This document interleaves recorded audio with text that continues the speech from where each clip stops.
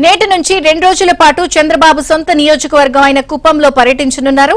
అక్కడ పలు కార్యక్రమాల్లో పాల్గొననున్నారు. వచ్చే ఎన్నికల్లో పార్టీకి అత్యధిక మెజారిటీ వచ్చేలా పనిచేయాలని నేతలకు క్యాడర్కు చంద్రబాబు సూచించనున్నారు.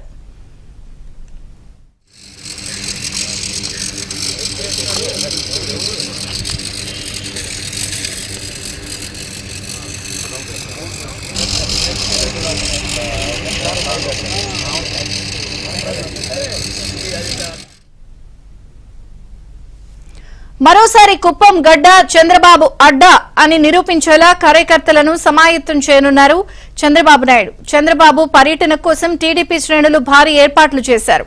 ఈ నేపథ్యంలోనే కుప్పం నియోజకవర్గం టీడీపీ జెండాలతో పసుపు మయంగా మారిపోయింది.